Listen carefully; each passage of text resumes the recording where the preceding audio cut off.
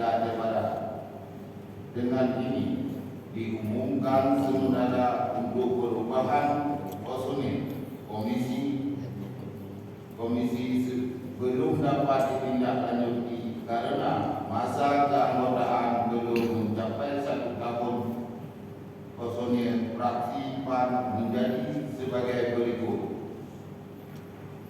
Saya, Ketua Fraksi PAN Nasruddin S.A. Gop.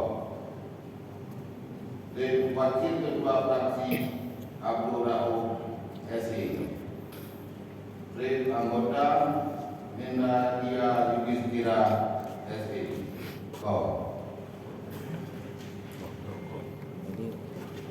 Selanjutnya, kami mengingatkan kepada pihak eksekutif bahwa terhadap daftar rancangan kanun yang telah disepakati agar segera mempersiapkan dan menyelesaikan materi rancangan kanun dimaksud, dan dalam waktu yang tidak terlalu lama telah dapat disampaikan guna dilakukan pembahasan bersama dengan Badan Legislasi DPRK Aceh Barat.